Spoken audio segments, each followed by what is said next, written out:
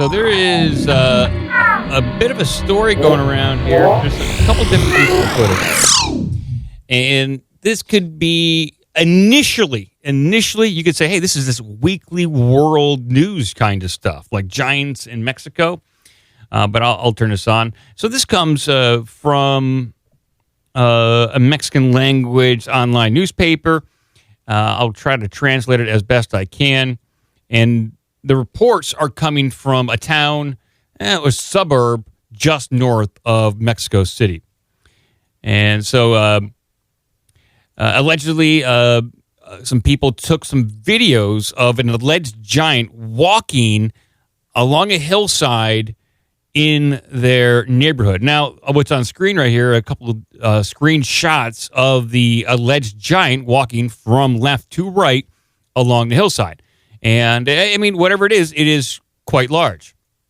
So on social networks, there are endless viral videos and more things that we cannot explain. One of the most reoccurring themes is the giants. And it turns out that one was captured in a powerful, this is translated, powerful video.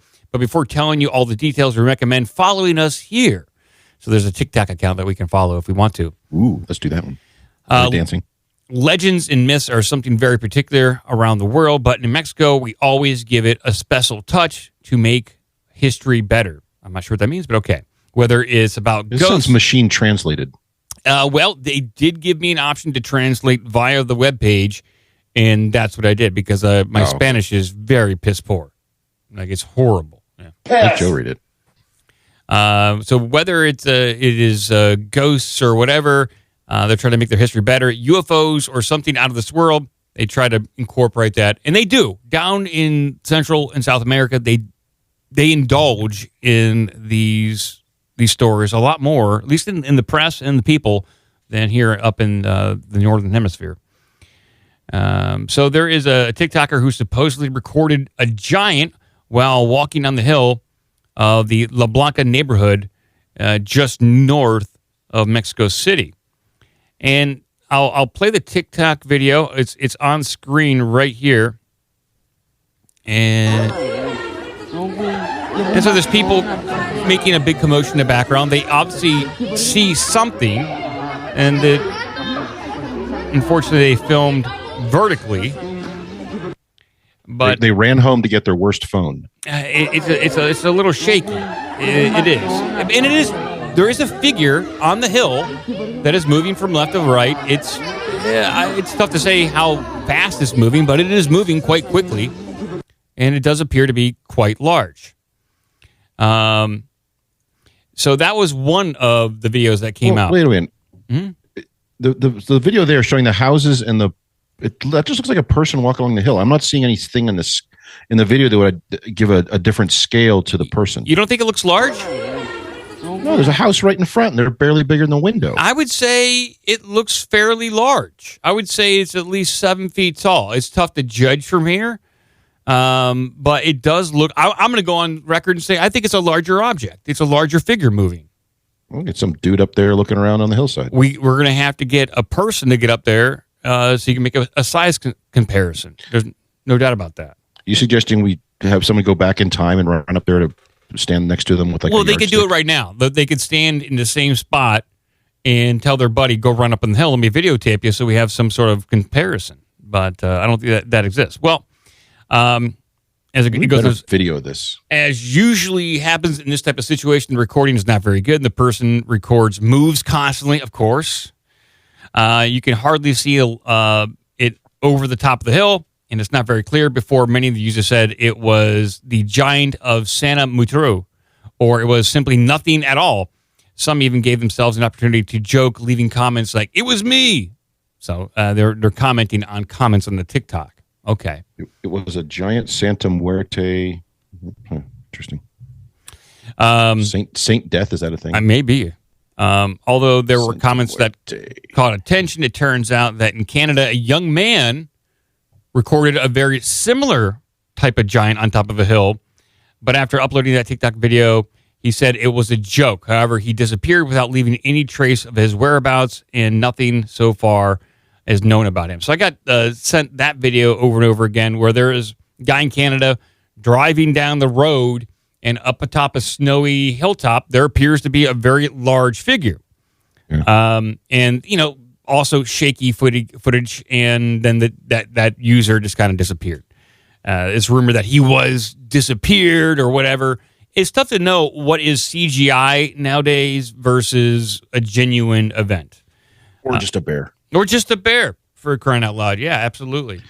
Nuestra Señora de la Muerte, often known as just Santa Muerte, is a female personification of death. So that's what people are saying in the comments there. What they mean is that could this be, or did we catch a glimpse of death actually coming for somebody? Yeah.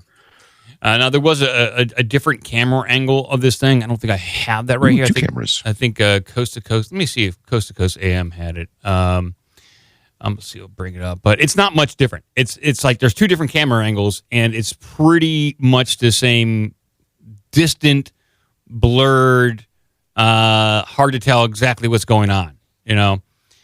But it was an event that happened. So I went looking to see if there are other reports of giants in this area, specifically Mexico. And I did find some interesting details, some stories of other giants in Mexico. So this is what I discovered. We've heard of giants of North America. There's stories from the late 1800s, early 1900s of archaeologists and the expansion of the West going out there when they come across these weird burial sites. They will find the remains, or did find the remains, of giant humanoid skeletons. And yeah, we had stories written up on these, and the Smithsonian would come and collect the bones. You'd never see them again. Tons of these stories. There's newspaper clippings, and the rumor is, or the thought is, that the Smithsonian at the time and the director Powell came in and swept this under the rug, took it away because it didn't really fall in line with what they envisioned science and Christianity to be. They wanted it to be a certain way, so they just hid evidence because it didn't fall in line with the narrative that they were trying to create. But a lot of stories like that in North America. When it comes to Mexico, wasn't really familiar with a lot of giant stories and legends, but I got two right here. So this first story I got for you comes from January 8th, 1930. Now, this takes place about 2 hours south of Mexico City, so not that far away from where the incident we just saw of this videotape. There was a 39-year-old woman. She was an American drug addict. She was living near Mexico City, and she was in constant pain. So she was self-medicating for her pain back in the 30s. She had a friend that was a doctor that she would hang out with. One day, the doctor came by, picked her up in the car. She wasn't feeling very well. So the doctor said, here, drink this vial of mystery stuff, and you might feel better. So she downed the vial, and she passed out. Next thing she remembers, she wakes up in some weird mountainous countryside. It is lit up brightly by the moon, and she saw the doctor, her friend, over standing next to the car and some leaves and greenery. The doctor walked over to her, raised his arms, and started wailing and shouting to make a big commotion. Then all of a sudden, the greenery behind him started to shake and move, revealing a large opening to a cave. And she sees the doctor start walking to this opening. She's still a little hungover, a little out of it, but she gets up and follows the doctor into the cave, where she notices that a blue light is being emitted from the cave. And she's like, okay, this is kind of weird. As she walked, she felt herself become lighter and start to float. And as she continued to float up and float forward, she floated over some water where down below she saw weird colored inhabitants of the caves playing in the water below. She's like, okay, that's kind of weird. And then she started to feel a little queasy again. She passed out. And the next thing she remembers, she wakes up on a table surrounded by humanoid giants. These are very large humanoids, And next thing she knows, she felt some sort of like only what she described as heavenly relief from the pain that she has experienced for so long. They must have performed some sort of procedure on her that allowed her to be relieved of all the constant pain that she was in. She then again got this weird floating feeling, floated up, but was drifted back down to a bed that was 15 feet long and about 9 feet wide. This room that she was in had huge pieces of furniture. Everything seemed to be made out of some sort of silvery metal substance. Next thing she knows is a giant female enters the room and tells Margaret, the drug addict from America, that she has been cured of her pain and of her addictions. And Margaret's like, this is fantastic. This is just what I was looking for. Well, Margaret stayed down below in this underground cavern system with the giants for about 5 days. During the time, she was given a tour of the underground system down here and noticed that these humanoids down here have pretty advanced machinery, like almost like manufacturing. They traveled around in the cave system by the way of like this wheelless tube-like structure that had 2 seats, and it was powered or steered through thought.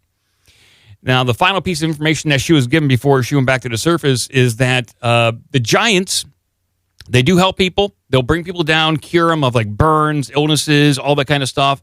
But also the giants do occupy the surface as well. But when they go to the surface, they are reduced down in size so they can mingle in with the rest of human society, at which point in time, and this is what was said, these reduced giants, they become judges. They become doctors, lawyers, police officers, all the rest, all those types of professions that giants shrunk down. They come up from the underground to live on the surface, and they become lawyers and judges. And so Margaret left the cave system and lived her life until the age of about 65, where she died of a stroke. Was she jabbed? Unconfirmed. This is back in 1930, so I don't know what was going on at the time. Maybe they had like super mRNA stuff by the magical giant people. Maybe. But I mean, so I'm 100% on board with everything in that story until the magical shrinky dink stuff. That's a bridge too far. I know. It's like they shrink down their people so they can go to the surface and become judges, lawyers, and policemen. That's what I was like. Okay, I like all the other elements has like a Hollow Earth kind of feel to it. Not that dissimilar from some of the other stories, but then the shrink ray. But the giants, big people down there, I guess. Wow, that's pretty big. Yeah, they're pretty big down there. And then one more story about Mexican giants. Here we go. This one is from March 20th, 1993. And this takes place about 7 hours south of Mexico City, over on the Gulf Coast. So there's this guy, Julio. It's about 5 a.m. He was sleeping in his room when he noticed a bright blue light. Probably, I'm assuming it might be similar to the blue light that was in the cave system before Margaret went in there in 1930. But Julio was sleeping when he noticed a bright blue light enter his room, and soon everything in the room was enveloped in that blue light. He got up, went to the window, and he saw a golden disc-shaped craft about 40 feet in diameter land down. And then he saw a hatch open up on the craft. Several huge figures step out, each about 8 feet tall. Julio said, "Oh my God, I got to go out and say hello to these guys." He ran outside, greeted them, and one of the tall humanoids said that he basically said, "We have bases all around here, and nothing to be alarmed about. By the way, this planet Earth is visited by other humanoids. You might want to watch out for them. They're the short guys with big heads, big eyes. They're the ones that are mutilating your cattle." And Julio said, "Oh, okay, thanks for the info." He went back inside, went to sleep, and the craft took off. Over the next few weeks, Julio lost a lot of weight, became a little unhealthy, but recovered. And that's what happened to Julio meeting the giants from the Golden Saucer. Did he go out and defend his cattle? What the hell? Where's the second part of this story? Well, the tall guys, they're not interested in the cattle. Apparently. No, but they said there's somebody else who's coming down and mutilating his cattle. Well, yeah. Why didn't Julio go in, get his shotgun, go out and fire 2 blasts in the air? Maybe it wasn't an imminent threat. It was not an imminent threat. It was basically kind of like a heads up, you know? Fired 2 blasts outside the house. Yeah, you can do that. Well, let's say the description of him getting sick and then recovering does sound like he was almost like exposed to radiation. Yeah, and that's classic. I've been too close to a UFO. I got sick, and something bad happened to me. By the way, in the UFO report that was delivered to Congress, at least the public version, it was asked, did pilots get sick when they got close to UFOs?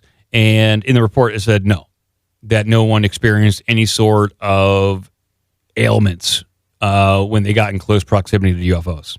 They'd have to be exposed for a longer period than that. I mean, you get enough solar radiation just between you and some leaded glass in the sky. Huge amounts of radiation there. So, yeah, I mean, it's different kind, but yeah, and like I don't know how close some of these pilots got to them. I mean, a few hundred feet, a few thousand, maybe witnessing some of the aircraft up there. A couple of miles at best. best. We're talking about with these UFO encounters. I mean, these people are getting pretty darn close. Like it's pretty immediate exposure. But that's it. That's all I got for giants in Mexico. I wanted to start it off with the video of current giants in Mexico, and then go into a little bit of, hey, you know what? By the way, there are reports of other humanoid giants in Mexico. So, and there's more. I found a bunch, but this is all I got for right now. Give us an email at ourbigdumbmouth@gmail.com. Check out obdmpod.com for all the social media and donation links.